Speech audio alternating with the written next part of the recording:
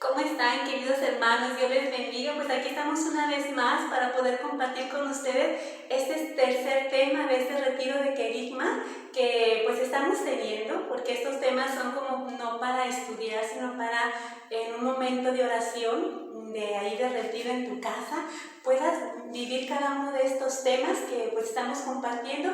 Ya les compartimos el primero, que fue el amor de Dios, y ahí descubrimos las características, las 4 características del amor de Dios, que es personal, fiel, incondicional y eterno.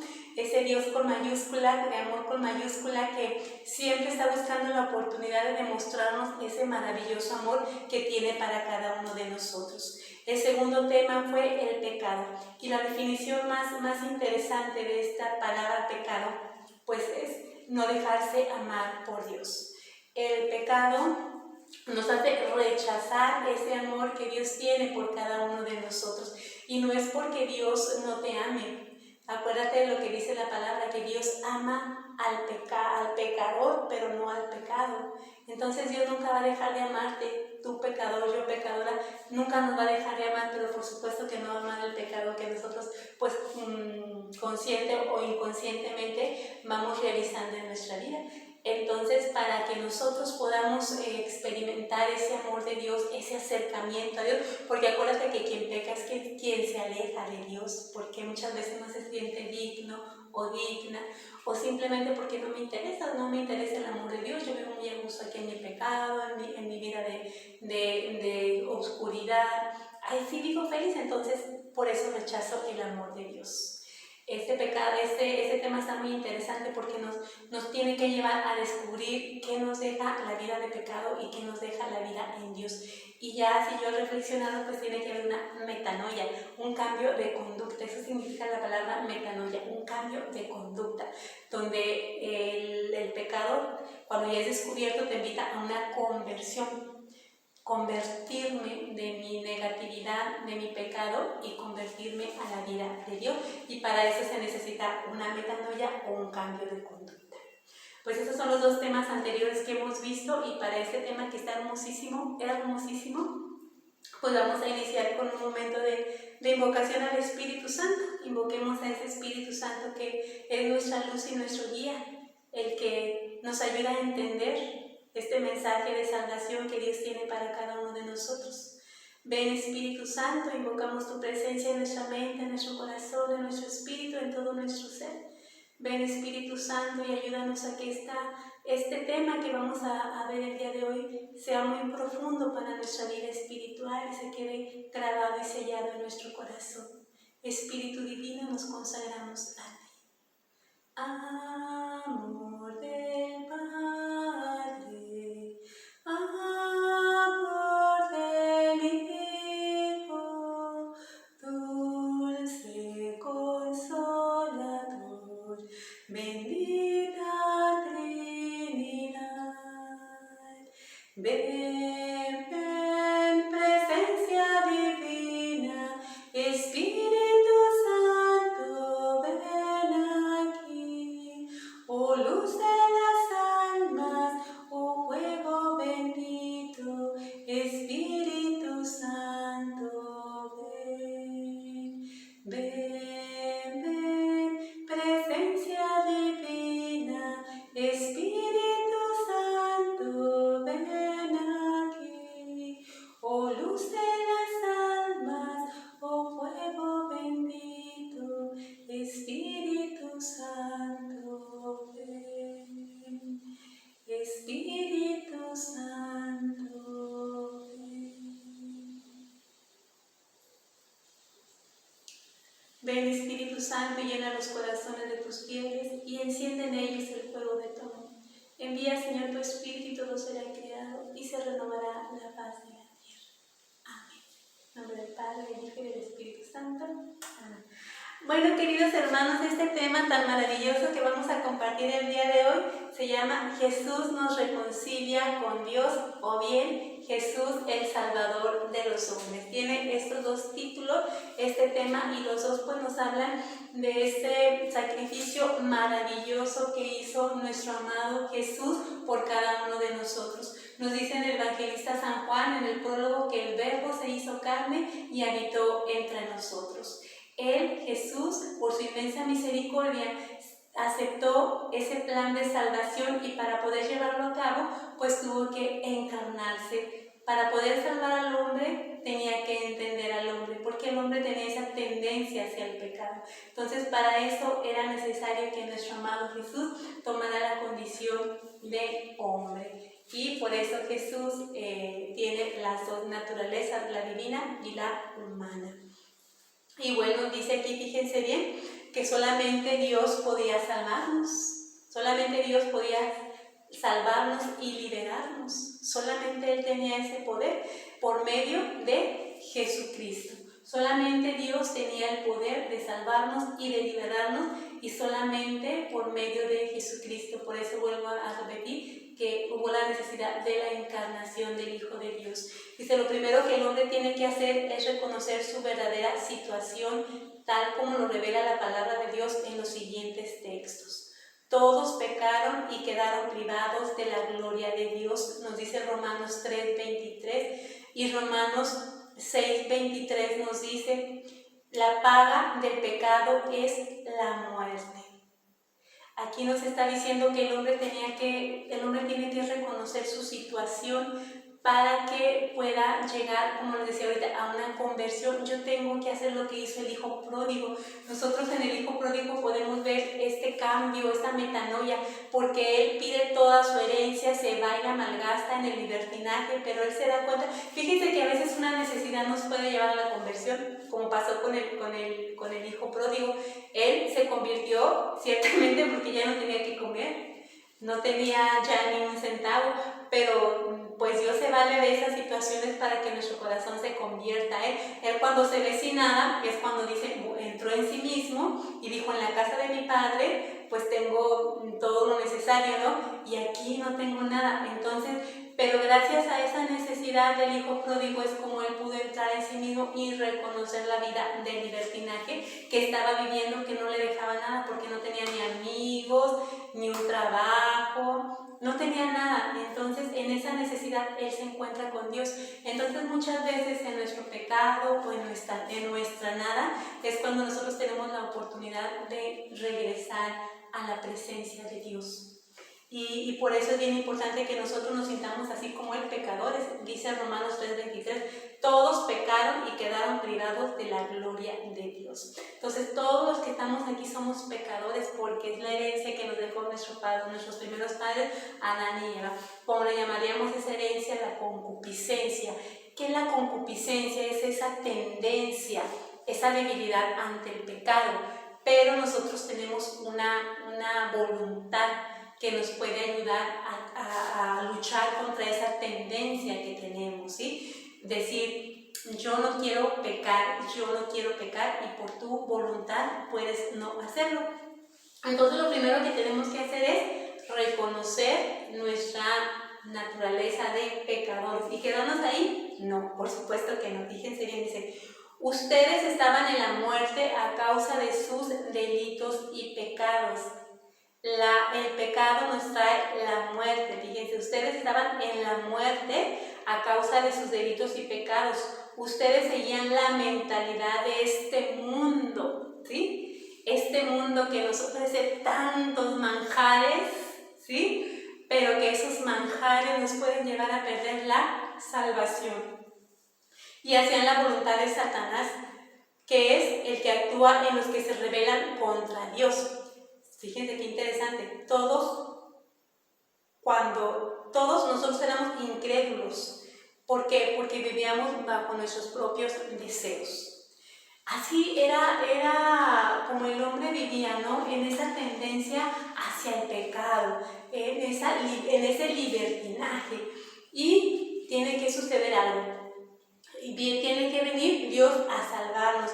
Y fíjense, eso es bien interesante, que nosotros sepamos ¿de qué nos salva Jesús? Sabemos que murió en la cruz, Sí, murió en la cruz, pero por un objetivo específico, la salvación del hombre. ¿Y de qué te viene a salvar Jesús? Aquí te lo vamos a decir. Fíjate bien, Jesús te salva del poder de Satanás. Acuérdate en la película de la Pasión de Mel Gibson, en la última escena cuando Jesús muere, que allá abajo se ve la figura de Satanás que es destruido. Eso es lo que pasa en la cruz. Jesús viene a liberarte del poder de Satanás. Fíjate que la palabra de Dios dice que detrás de todo el desorden en que estamos se mueve un poder de maldad que el hombre por sí mismo no puede controlar. ¿Sí? En todo lo que nosotros vivimos, fíjense que se mueve la maldad y muchos de nosotros ni siquiera somos conscientes de eso. ¿Por qué nos manipulan? ¿Por qué nos engañan? Nos ofrecen una cosa por otra. Como nosotros pues no estamos así como muy conscientes de lo que pasa, pues no nos damos cuenta, pero dice aquí que un poder de maldad se mueve. Y dice por eso que nuestra lucha no es nos dice Efesios 6:12, nuestra lucha es contra Satanás y sus ángeles. Por eso debemos usar las armas invencibles que Dios nos da. Nuestra lucha es contra esa tendencia al pecado. ¿Y quién es el rey del pecado? Satanás, el enemigo. Entonces, pero él ya está vencido porque Jesús vino a vencerlo. Pero si nosotros lo buscamos a través de nuestra vida de pecado, pues volvemos a caer en su seducción. Pero ya está salvado de Satanás. Fíjate bien lo que dice aquí, pero debes de luchar con las armas invencibles que Dios nos dio. ¿Y cuáles son esas armas invencibles, hermanos? Los sacramentos, tu vida sacramental, que te confieses, que comulgues, que estés bautizado, que estés confirmado, que si te vas a casar te cases por la iglesia, que si en los momentos de morir recibas la unción de los enfermos. Y bueno, pues ya los consagrados, los sacerdotes, los que reciben el llamado al sacerdocio, pues el sacerdocio, acuérdate que esos son los 7 sacramentos. Entonces las armas que Dios te da son los sacramentos, el cumplimiento de los mandamientos, especialmente los 2 que Jesús vino a revelarnos, que es amar a Dios con todo nuestro corazón, con toda nuestra alma, con todo nuestro espíritu, y al prójimo como a nosotros mismos. Y ya dijimos los sacramentos, los mandamientos y las obras de misericordia. Esas son las armas que nosotros tenemos contra el pecado, porque si tu vida se vuelve un estar pensando en las necesidades de los demás, estar trabajando para eso, no vas a tener tiempo para pensar en el pecado. Si tú practicas las 14 obras de misericordia, que son las 7 corporales y las 7 espirituales, ni tiempo nos va a dar de pecar, créanme. Darle de comer al hambriento, vestir al desnudo, visitar al enfermo. Si nosotros estamos en esa práctica del bien, pues no nos va a quedar así como que pensamiento para estar pensando en el pecado. Bueno, entonces lo primero que nos salva Jesús es de Satanás. Lo segundo es que nos salva del poder del pecado. Lo que les digo, esa tendencia que tenemos al pecado, pero que tenemos que tener la fuerza y el valor para poder luchar. Y nos dice Hebreos 9:14, ojalá que ustedes puedan meditar luego cada una de estas citas bíblicas.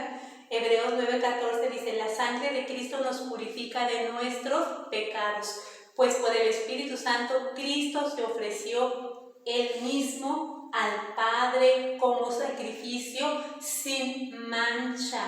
Por su sacrificio hemos sido purificados para poder rendir culto al Dios vivo. Cristo pagó por nuestros pecados. Pero sigo pecando y pecando, pues ¿qué va a suceder? Pues que no estoy aprovechando esa salvación que Él me ha regalado. Entonces, hermanos, Jesús nos ha salvado del poder de Satanás, del poder del pecado, del poder de las tinieblas. También viene a salvarnos Jesús. Dice, todos estábamos en tinieblas, pero dice la palabra, el Padre Celestial nos rescató de las tinieblas y nos trasladó al reino de su Hijo amado, quien nos compró con su sangre preciosa, perdonando todos nuestros pecados. Fíjense qué hermosa palabra de Colosenses 1, del 13 al 14. Esta palabra tenemos que aprendernoslas de memoria, pero de pedirle al Señor que nos haga enamorarnos de esta palabra para que llegue a nuestro corazón. Fíjate, Dios te viene a salvar del poder de las tinieblas y te dice Colosenses, el Padre Celestial nos rescató de las tinieblas y nos trasladó al reino de su Hijo amado, que nos compró con su sangre, ¿sí? Con su sangre preciosa, perdonando todos nuestros pecados. Dios nos salva del poder de las tinieblas y nosotros, hermanos, tenemos que huir de las tinieblas. ¿Cuándo es cuando tú y yo podemos caer en tinieblas? Cuando vivimos una vida oculta. Cuando vivimos una vida de pecado oculta. Tú tienes que vivir bajo la luz. Tú tienes que ser como un cristal donde se pueda ver hacia adentro y hacia afuera. Para que puedas estar libre de las tinieblas, tienes que vivir una vida radical como la vivió Jesús, siendo congruente, siendo de una sola pieza. Solamente así vamos a vivir ese ser rescatados de las tinieblas. Y por último, Jesús nos salva de la muerte. La muerte, porque Jesús venció a la muerte clavado en una cruz y dándolo todo hasta cuando el soldado le traspasa su costado y de él brota la última gota de sangre, la última gota de agua que tenía. Él pagó por nuestros pecados. Fíjate bien, dice que si estábamos muertos, la palabra de Dios dice, el Hijo que tiene la vida, Él nos ha rescatado de la muerte. El Hijo que tiene la vida, Él nos ha rescatado de la muerte. Y dice San Juan en el capítulo 11, versículo 25, yo soy la resurrección y la vida. El que cree en mí, aunque muera, vivirá. Y todo el que crea en mí, jamás morirá. ¿Y qué quiere decir esto? Que yo voy a vivir toda la eternidad así con mi cuerpo. No, aquí nos está hablando de algo más maravilloso. Nosotros, hermanos, sabemos que este cuerpo mortal tiene un tiempo específico, 20, 30, 40, 50, 10 años. Hay quienes viven un año nada más y ya dan el paso a lo que es la vida eterna. La vida eterna. Precioso. Precioso. Jesús vino a darnos la vida eterna, pero solamente creyendo en Él es como vamos a obtener esta vida eterna. Fíjate bien, y dice, lo contrario a Jesús es Satanás. Jesús viene a darnos vida, pero también San Juan en el capítulo 10, versículos del 10 al 11, capítulo 10, versículos del 10 al 11 nos dice, el ladrón, que es Satanás, solamente viene a matar, a robar, a destruir. Pero, dice Jesús, yo he venido para que tengan vida y vida en abundancia. Yo soy el buen pastor y el buen pastor da la vida por sus ovejas. El buen pastor da la vida por ti, su oveja muy amada, que te conoce por tu nombre, que sabe cuáles son tus necesidades. Él es el verdadero pastor, el verdadero dador de la vida. Fíjate qué hermoso. Y fíjate lo que dice aquí en Hechos 4:12. Dice algo muy importante. Únicamente en Jesús tenemos la salvación, la justificación, la redención, la vida eterna. No hay otro nombre dado a los hombres por el que podamos ser salvados. Es que es tan maravilloso esto, hermanos, que nosotros podemos encontrar en la palabra de Dios ese regalo tan maravilloso que Dios nos dio, que no solamente nos ama, sino que nos rescata porque somos su obra perfecta. Fíjate, decía por allí un hermanito, nos contaba un cuento que Dios le regaló a él. Dice que narra esto, que está el papá con su hijo, y le quiere dar un regalo. Y bueno, le regala un barquito de madera muy buena, una manera muy buena de alegrar a su hijo. Bueno, y resulta que llueve, y dices, es momento de que vayamos para que uses o estrenes tu barquito. Ese barquito fue hecho con mucho amor, porque fue hecho con las manos del Padre, con mucho, mucho amor, y aparte con madera muy cara, muy fina. Entonces pues ya se van ahí al arroyo y ponen el barquito ahí para que empiece a caminar en el agua, y oh sorpresa, va tan rápido el agua que se les va y ya no pueden rescatar el barquito, y el hijo llora demasiado, llora mucho, mucho, porque perdió su barquito que le regaló su papá. Y bueno, resulta que pues ya lo consoló y todo, y una vez que salen a pasear y que van por una tienda de regalos, ¿qué creen que van viendo ahí en la vitrina? Sí, el barquito. Ven el barquito y se ya mete el papá con el niño y le dice, papá, mi barquito, mi barquito. Entonces le dice el papá al comerciante, oiga, ese barquito es de nosotros. Y ya le dice que, ¿y cómo me puede probar usted que es suyo? Bueno, el chiste que para no discutir dice, bueno, te lo voy a comprar. Véndame ese barquito. ¿Y cuánto creen que se los dio? Carísimo, porque era de madera fina. Y como lo había hecho con mucho amor, pues salió precioso ese barquito.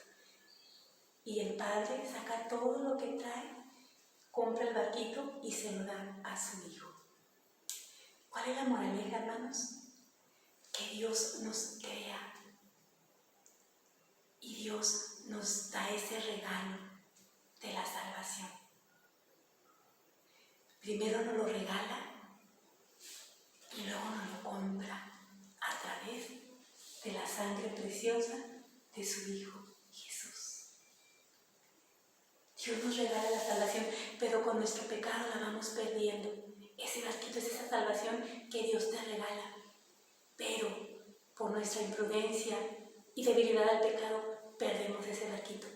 Y Dios Padre tuvo que comprarte nuevamente ese barquito. ¿Y sabes con qué lo pagó?